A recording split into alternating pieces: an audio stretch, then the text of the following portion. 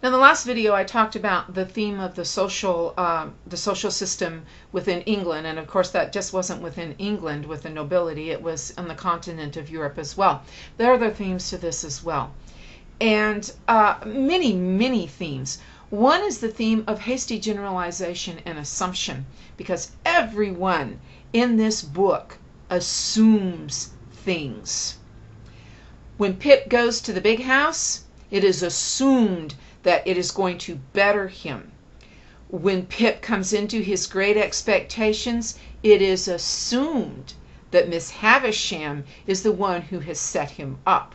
So everybody is always assuming everything, and Dickens saying this is very dangerous. Well, I've already said the social. Okay, I'm harping on that. Need to get off that. Woohoo! It's gone. I think another theme in Great Expectations is the theme of betterment. I've already discussed again how it's okay for Biddy to better herself because of the way she does that. But we see this theme of learning lessons. You know, what are we supposed to learn from this? That is the theme. What are these people in this book supposed to learn from the situations in their life? Now, Miss Havisham learns nothing from her situation. You know, she, again, cloisters herself. She learns nothing. What does Mrs. Joe learn from her situation? Well, when she is attacked and becomes pretty much, I don't even know what to call her after her attack. Maybe she learns something, but it's too late. And what did it take in order to bring her to that point? A physical assault? Did she really learn anything, or was it out of fear? Can we really say that if we do something out of fear, if we've learned it, or is it a learned behavior? Mrs. Pocket seems to learn nothing from her experience. Joe? Well, he marries Biddy, so he must have learned something the second time around to not to marry somebody like Mrs. Joe. But there are two characters in this novel who do seem to learn their lessons, but at great expense, and Pip is one. Pip starts out as a quite ordinary little poor boy living out in the country, and I shouldn't even say that he's ordinary. I take that back. Pip has a vivid imagination. Pip then comes into his great expectations. He, like everyone else, thinks that it is Miss Havisham who has set him up in London in his schooling and so on. And then he finds that it is Magwitch, this man whom he has thought of with maybe some kindness, but whom he has feared. And then when he learns it's Magwitch, he's devastated. He wants nothing to do with this man. He doesn't want, his friends to know. And then he comes to understand what Magwitch went through in order to not only give Pip his great expectations, but the great risk that he took to himself and coming back to England and to see Pip. And of course that had disastrous consequences. Pip learns his lesson. He becomes more humble.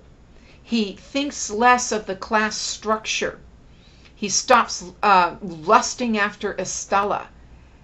And so Pip is a character who actually undergoes an evolution within the book and actually learns something. He has to go through great trials and tribulations in order to do that, though. Another person who also seems to come to some understanding is Estella. Now, regardless of the fact that Estella is so mean to Pip, you gotta understand where she was coming from, and that she was raised by Miss Havisham to hate men. Also, Dickens might have been saying, Estella was the offspring of a criminal. Could she overcome that, or was it inbred in her as well? So that's another question there that could exist. But Estella, after marrying Drummle and is treated horribly, at the end of the story, we see that Estella has reached a point in her life as well where she seems to have overcome all of that training that she had, and she too has reached some sort or gained some sort of humility. And we want to believe at the end of the book that it is going to go well for both Pip and Estella because of the lessons they have learned. Another theme in this story is fate. And you see and I'm going to post some passages from the book in a written form for this in lessons. But fate. At one point, Estella or Pip makes the remark, "We're puppets," and they are puppets. Estella is adopted as a baby by Miss Havisham, and she is raised in a certain way and not exposed to any other way. She, as a child, cannot control her fate. She is a puppet. Pip, too, raised by Mrs. Joe, slapped around, comes into his great expectations. It seems as if fate has been laid open for him. But then his fate changes and he loses all of that. But it seems like many of these characters are pawns, and they are moved by people who have things in mind other than what the characters themselves would want for themselves. Jaggers does this to the people he represents. And so this concept of fate, and do we control our fate? Or is Dickens saying, perhaps at some points we can't control our fate, and then at some point we have to grow up and we have to stand up and say, regardless of what's happened in the past, I know this is the way it should be. And this is what Pip and Estella both come to learn. And speaking of Jaggers, Dickens raises the question of who is innocent and who is guilty. Is Miss Havisham innocent because she was, jilted? Is Estella innocent because she was raised the way she was? And also take Jaggers and Magwitch. Jaggers is a very well-to-do lawyer, but is he any more innocent of crime and wrongdoing as is Magwitch? So the themes within Great Expectations are many and they are varied.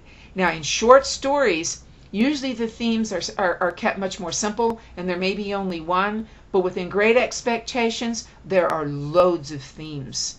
And, they are worthy to explore, and there are even more than the ones that I have mentioned. So it becomes your duty then to ferret some of those out.